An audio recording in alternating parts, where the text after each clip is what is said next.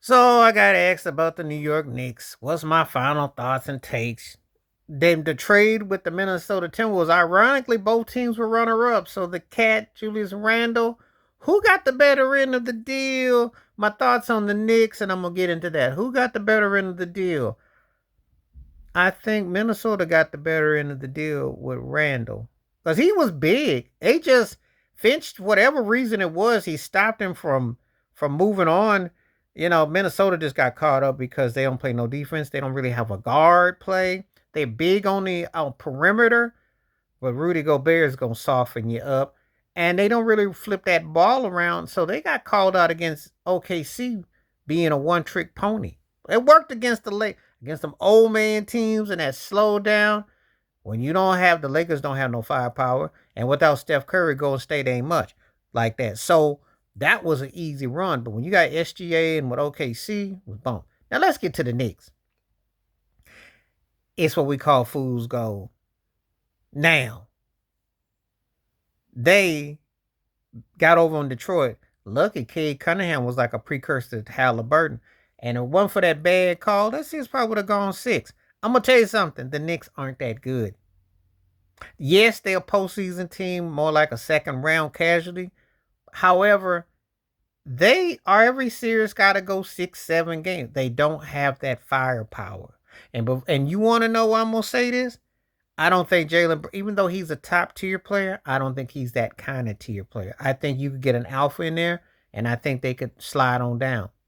Or if you had a Sock'em, if you had a Sock'em kind of player, Pascal, to go along between Brunson and Cat, then they could make some noise. I think they got too much of the sameness, and I think it caught up with them.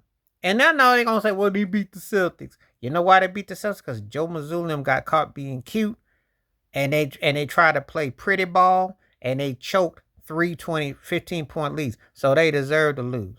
They shouldn't have beaten the Celtics. But I said the right team won, not the best team won. That's how I analyze that. So, game one, Halliburton does the Reggie Miller gagged on them, and they never recovered.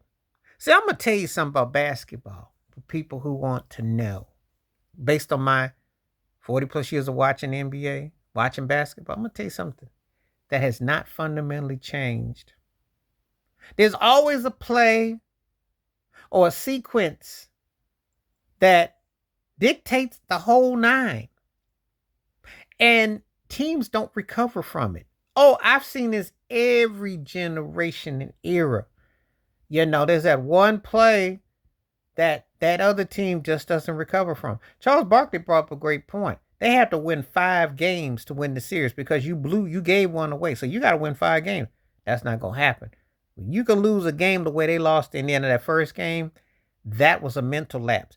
Everything that they did against Boston, they threw it out the window. All that celebration, that disrespect to that Pacer man and that fan, all gone. That's so Halliburton was throwing the sign at you because it was over. That was over. So when you lost game 2 and you trailed by like a chunk in game 3 and you did come back, it was over. The series was over. Fundamentally, it was over. And you shouldn't expect anything else because as long as Tom Thibodeau was the coach, you're going to get that 2.5-man rotation. Why the heck does it take a cat that's been coaching for 15 years and 25 years of association with the league, discover it takes almost to 100 games to go, oh, maybe I'll go 6, 7, 8 deep on my lineup because the other team has got 9 or 10. Huh, maybe. I mean, what took that turkey so long? Them 3 strings of spaghetti string hair on his head, and he didn't get the light bulb to maybe I'll make a change? So, expect them to be a threat next year, but they got to make a move. And Jalen got his pocket picked. I like what Rick Carlisle did. He saved the best for last.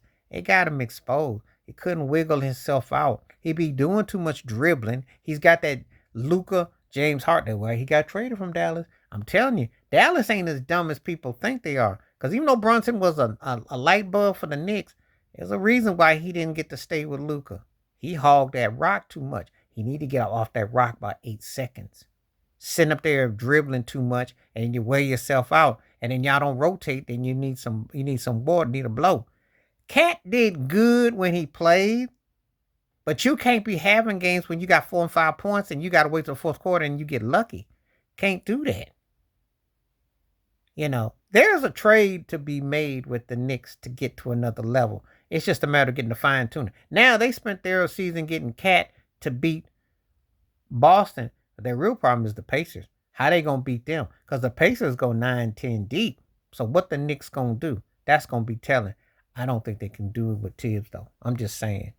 Because his patterns and the way he go about it. But it was a good offseason. It got him some false hope. They had hype for about a couple of days and in reality smacked them again like it usually does because the Knicks ain't going to win nothing. They finished higher than Cleveland and Boston, but I'm going to tell you something. Boston get on the board. I don't know what Boston going to be like next year. It could be wide open because until Tatum comes back, I don't know nothing. But I think this Pacer team got a chance to be a problem. I really do. And they're going to be other teams that's going to use that blueprint that maybe we don't have to go and get no top name player. Just get the right pieces and put it together. That's all you need. But you got to be the right age too. Because them grandpa teams out west ain't coming out. Please like, subscribe, welcome thoughts, comments, and I do respond. Thank you. Wash your hands. Keep your mind clear. Watch out for another. Share it if you like. Stay safe, stay blessed, stay woke, stay free, stay true.